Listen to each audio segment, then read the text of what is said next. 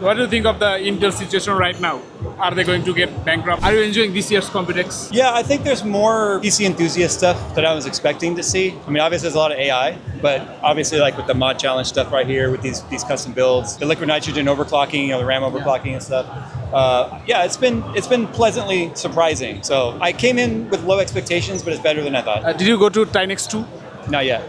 No. There are more DIY computer brands there. Okay.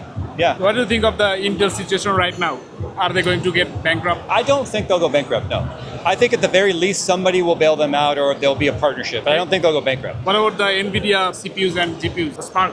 Have you got to see the Spark in person yet? I have seen it at ASUS. Okay, I think the performance is better than I thought it was going to be. Yeah. The price is the problem, right? I mean, it's very expensive, but I think it's something we should be excited for and seeing what future SoC can look like.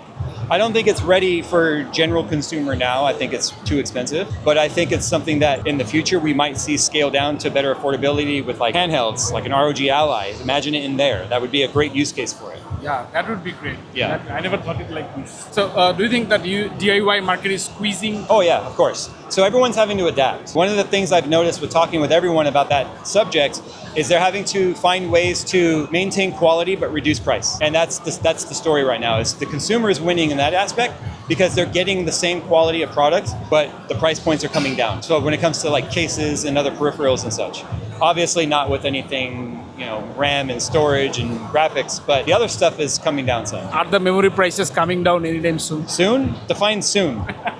Soon could be a year, it could be 5 years, right? Could be 5 years. Do I think it's going to be in the next year? No. I don't think in the next year it's going to be coming down. So, no crash, no party. No party yet. Thank you for your time. All right, no problem. Nice to meet you. Thank you. All right, guys.